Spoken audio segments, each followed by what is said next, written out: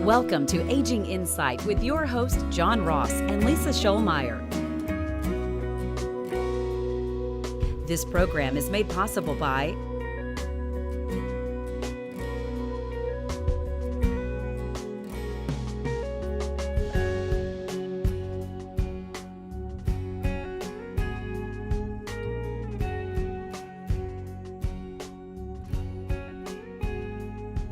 Welcome everyone to Aging Insight. I'm Lisa Schollmeyer. This is John Ross, and we're elder law attorneys in our area. You know, as elder law attorneys, we assist seniors, we assist retirees, families that are caring for a senior family member. So we get an opportunity to be out in our community, visit with lots of folks, and John, everybody has generally the same kind of desires as far as getting older and living a full life, and same concerns as well. Yeah, people, they want to maintain as much independence as possible, yes, without becoming a burden on others like friends or family, and they want to protect and preserve their assets, their money, their savings, their house, and they don't want to see that stuff get spoiled as they try to navigate through this maze of life and long-term care and health issues and housing issues and government issues and all kinds of other issues. Yes. And so Aging Insight, we're a resource out there in the community, and this television program is a resource where you can get information, maybe learn about a topic that might interest you, but a lot of times seniors in our groups and friends and Sunday school classes, it's amazing what you might learn on Aging Insight that might help a friend or neighbor that you meet. So we're glad you're here. John, I thought today's topic, we would kind of switch the role a little bit. We often advise seniors on how to protect themselves and how to protect themselves from scams, which impact them financially, which impact them emotionally. So we're often talking about things like scams to look out for and the best practices that a senior can use to protect themselves, such as, getting and doing proper estate planning documents like powers of attorney and healthcare powers of attorney, things like that.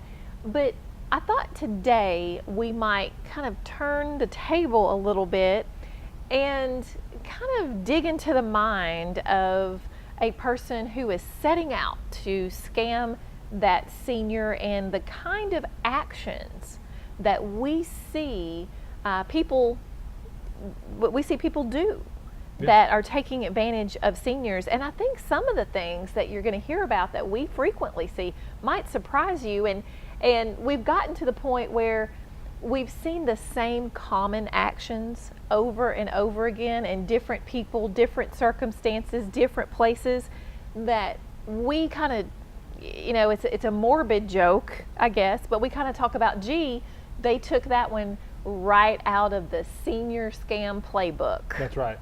And first of all, the thing you need to understand is that when we talk about scams and we talk about elderly abuse, when most people hear those terms, they think about strangers. They think about somebody calling you on the phone and trying to get you to send money to Nigeria or something like that. That's not what we see. Now we have seen some of those, but those are very limited. Some people do get taken with some of those scams, and you've got to look out for them. But the vast majority of abuse of the seniors is perpetuated by family members or people within the home. This can be spouses, can be kids, can be stepkids, can be neighbors, but these are going to be somebody that somebody that is around you typically. Now, that being said, like you said, Lisa, it's almost a pattern. Right. And how does this pattern start?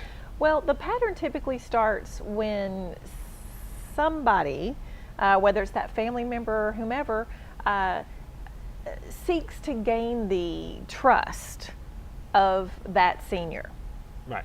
And that's how it starts. Now we talk about that scams aren't typically, perpetrated by strangers, but John, a stranger is only a stranger until you meet them. That's true. So we often see, neighbors, caregivers, even hired caregivers that come into the home. They or people who you didn't know very well, or maybe were strangers.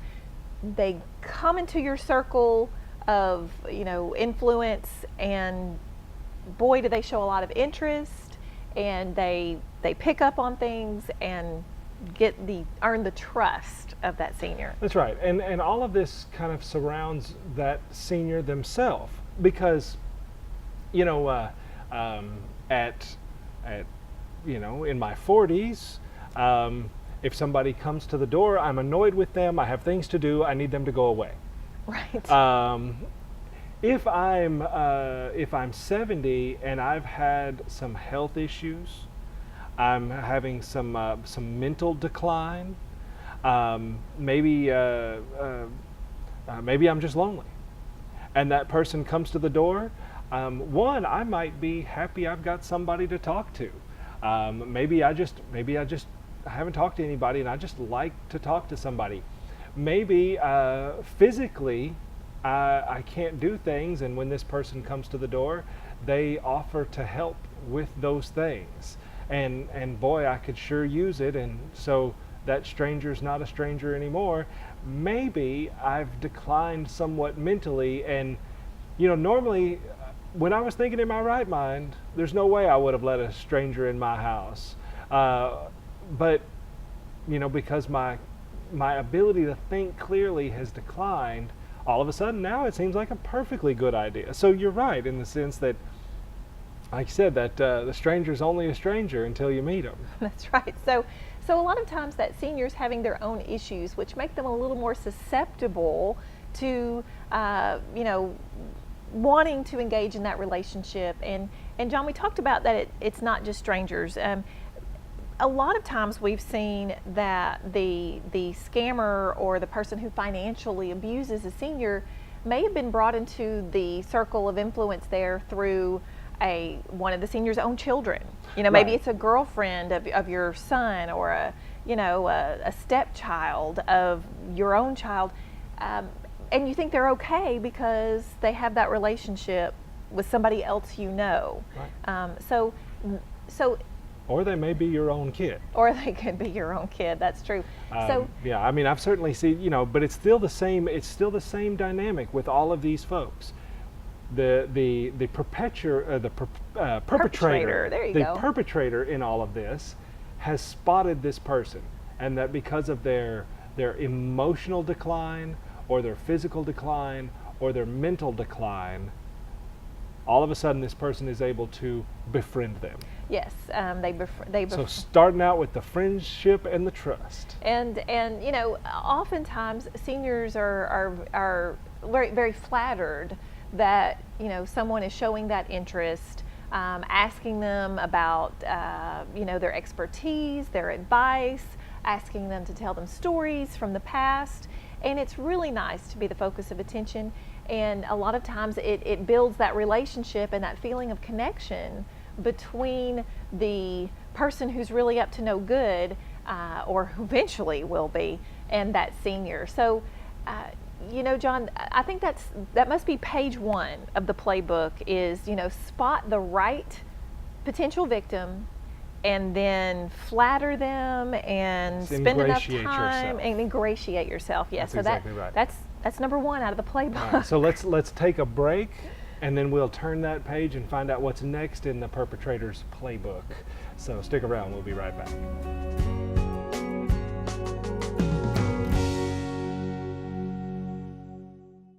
The Wadley Senior Clinic has been such a blessing for our family. Because they specialize in geriatric care, they take the time to really focus on Dad's needs. Their exam rooms are specially designed for seniors, and they offer lab and x-ray on site. With monthly educational programs on health and wellness of the mind and body, our healthcare questions get answered. Best of all, they accept Dad's Medicare benefits. See what the Wadley Senior Clinic can do for you. Wadley Senior Clinic, where healthy relationships begin. We all need a little help sometimes. That's why Twin City Rehab is here to help. Twin City Rehab guides people of all ages through a smooth recovery experience in their new facility on the corner of Morris and Hampton Road in Texarkana, Texas. We specialize in physical, occupational, and speech therapy and wound care, IV administrations, and parenteral nutrition. We offer inpatient and outpatient rehabilitation, private suites, transition apartments, and a state-of-the-art gym. Our goal is to get you back on your feet and back at home. Twin City Rehab, next to Reunion Plaza Senior Care.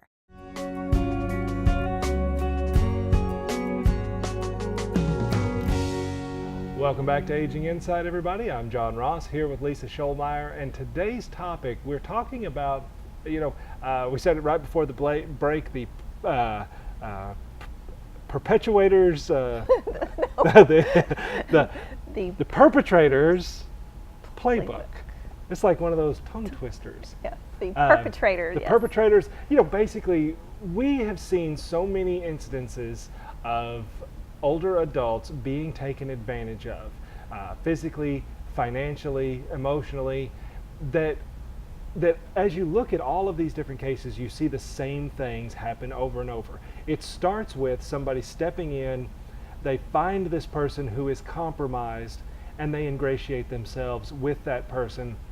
They establish a trust, a friendship, a almost to the point of a dependence, but the first part is just getting that confidence and that trust and that friendship, and then we move to page two of the playbook. Right. Now, page 2 of the playbook, that perpetrator starts shifting the focus a little bit. At first they're very focused on the senior and praising them and really letting that senior be the center of attention. But then next, the perpetrator then, in confidence, in the spirit of sharing confidences, often will start sharing something from their life, true or not, typically not, that tugs on the heartstrings of the senior or their willingness and want to assist someone. So that perpetrator then starts telling about a hard luck story that they're usually a little short on funds about this or that, and and saying they're going to have to figure out how to address the situation, and basically leaving the door open for that senior to step in and offer to help. Now, most perpetrators don't ask outright for the help. They just tell the senior the story and how they have a need and they're going to have to figure out a way to meet that need. And then they just let the senior, who doesn't want to lose this friendship, doesn't want to see their friend suffering, they let the senior make an offer to help. And John, sometimes they make a play about, oh, no, couldn't accept your help. Sometimes they even turn it down initially. Oh, sure. But eventually, they're willing to, take that assistance and begrudgingly, that's right. But they praise the senior for their help, and so now we've established a cycle. That's right. And then page 3.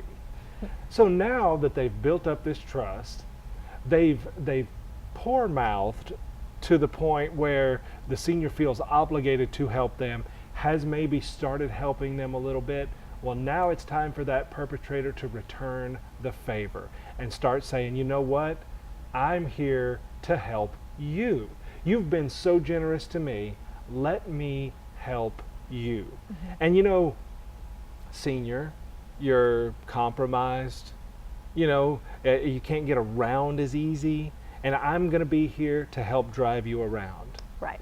And it's hard to do banking, and I'm going to be here to help you with your banking and your bill paying and make sure everything stays the way it's supposed to. But you know what?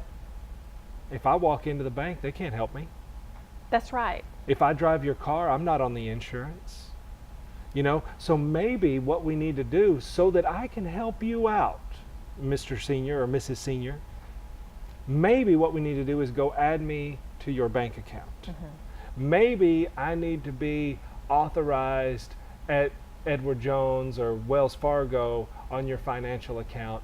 Maybe I need to be added as a joint owner on your car so that I can get insurance so that I can drive you around. Right, and I know we have quickly progressed through our plug book because of the nature of our program today, but these perpetrators, they're always testing the water, and they push a senior just as far as they don't want to push them too far where the senior gets a little leery of what's going on, but so they might push a little bit, saying, you know, it sure would be convenient. They might ask if I could be on your bank account, but maybe the senior recoils at that, and they say, oh, that's fine, as long as, you know, I'll just take your credit card, I'll bring you back the receipt, and I'll run to the store for you.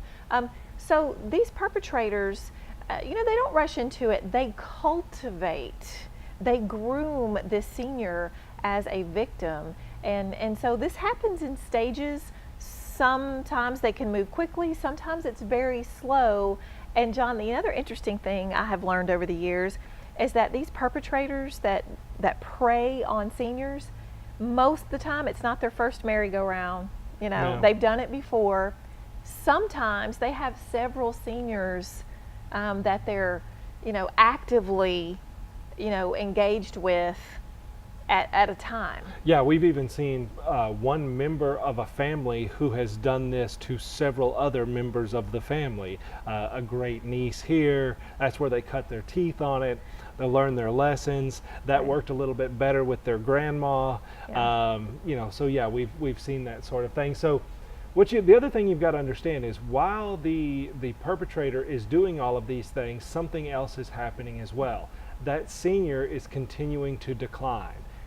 The things that made them vulnerable initially, that loneliness or that cognitive decline, the mental decline, or the physical decline, is typically progressing. That's right.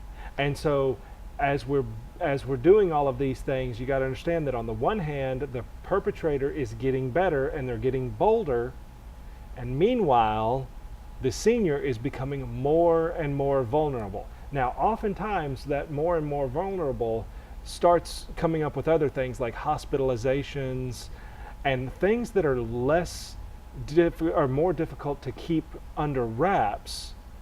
And this is where we start moving into some of the more desperate pages of the playbook. We're going to take a break and we're going to keep talking about this, so stick around. We'll be right back.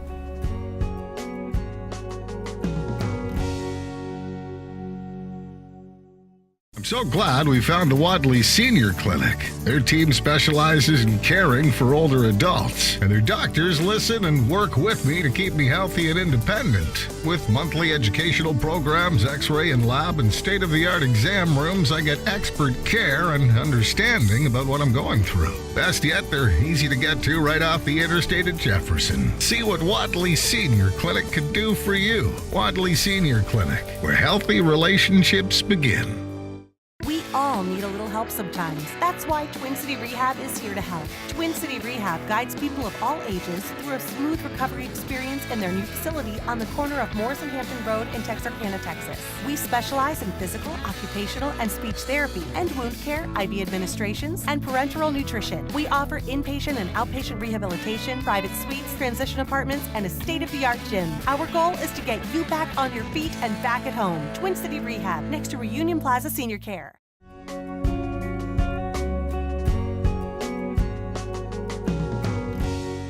Welcome back to Aging in Sight. I'm Lisa Scholmeyer. I'm here with John Ross, and today we've kind of turned the tables a little bit, and we're delving into the mind of the evil mind of people that perpetrate crimes and fraud against seniors. And we've talked about how these folks, they find a vulnerable senior.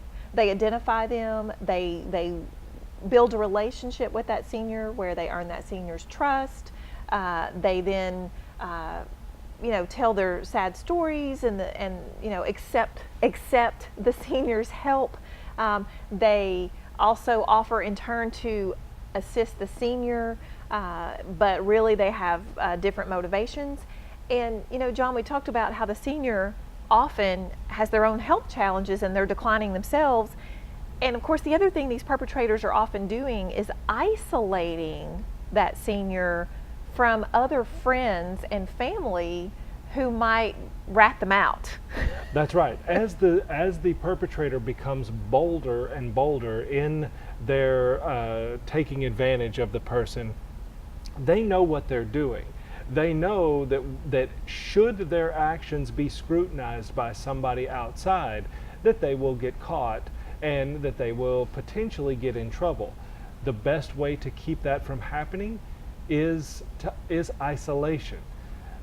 We've had many situations where we've gotten calls from family members, neighbors, all kinds of things, and they'll say, well, you know, I used to see Mrs. Johnson every Sunday at church, and I would see her walking down the street, and on Sundays I would go over and talk to her. On Wednesdays I would always take her a little snack for dinner, all these sort of things. And they say, but then so-and-so moved in, child, stranger, caregiver, whatever it is, and now every time I go to the house they're resting and can't see me.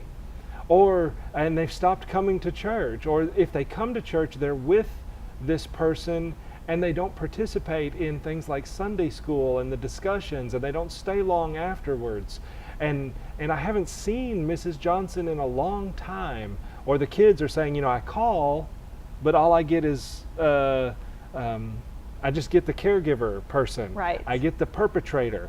And mom's always busy, or she's not feeling well, or she's at the doctor.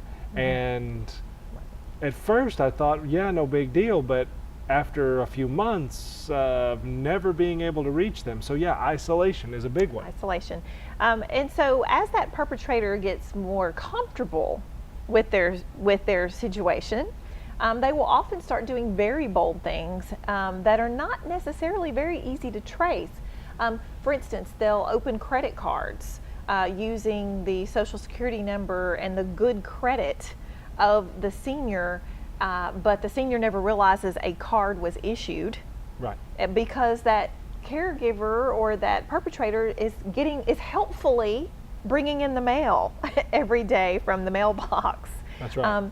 So we'll see that. We'll see a senior sign forms, such as with a financial advisor or investment company that allows that perpetrator access to the senior's accounts. Many times a senior has poor vision. And these forms, John, they can be sent in the mail. Sure. And so the senior may not read the form. Their vision may be such that the fine print on these little forms, you know, aren't easy to read.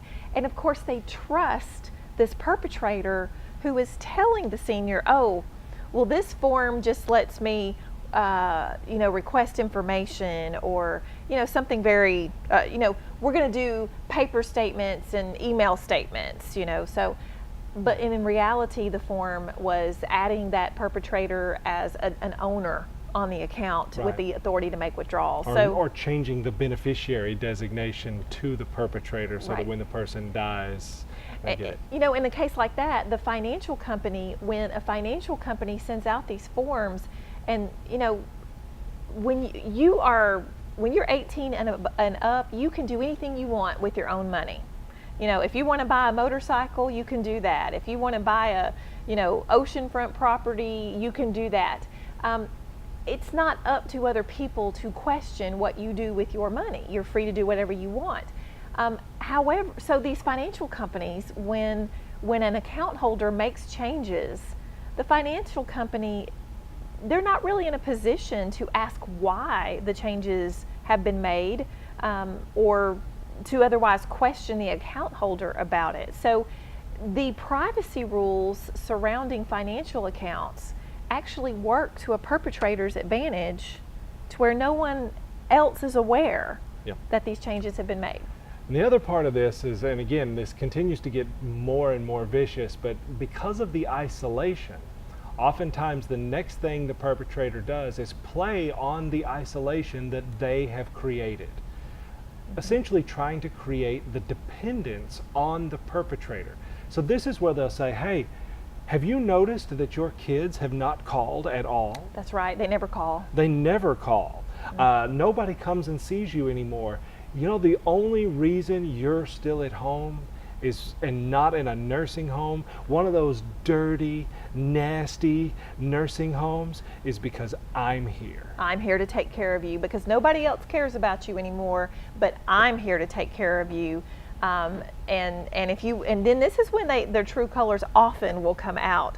They've got the person so isolated that the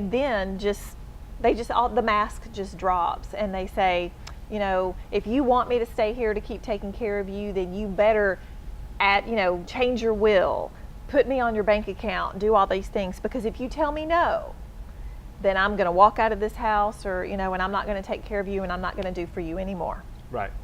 So the reason we've told you about this playbook, it's not a real playbook, but it seems to be, yes. It seems to be. But the reason we've told you about it is, one, if you're that person, maybe you can recognize some of these signs.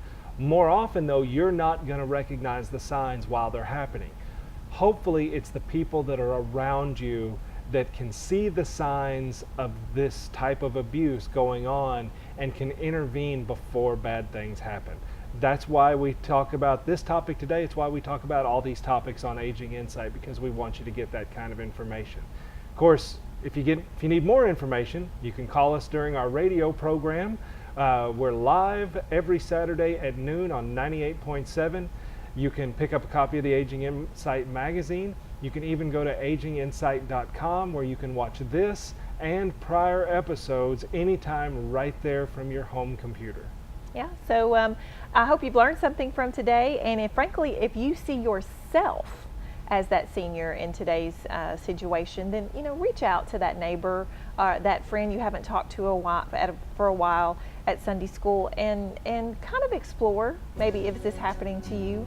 But we are sure glad that you tuned in to Aging Insight here on KLFI, and we'll look forward to seeing you next week. Bye-bye. Thank you for joining us for this week's Aging Insight program with John Ross and Lisa Scholmeyer. This program is made possible by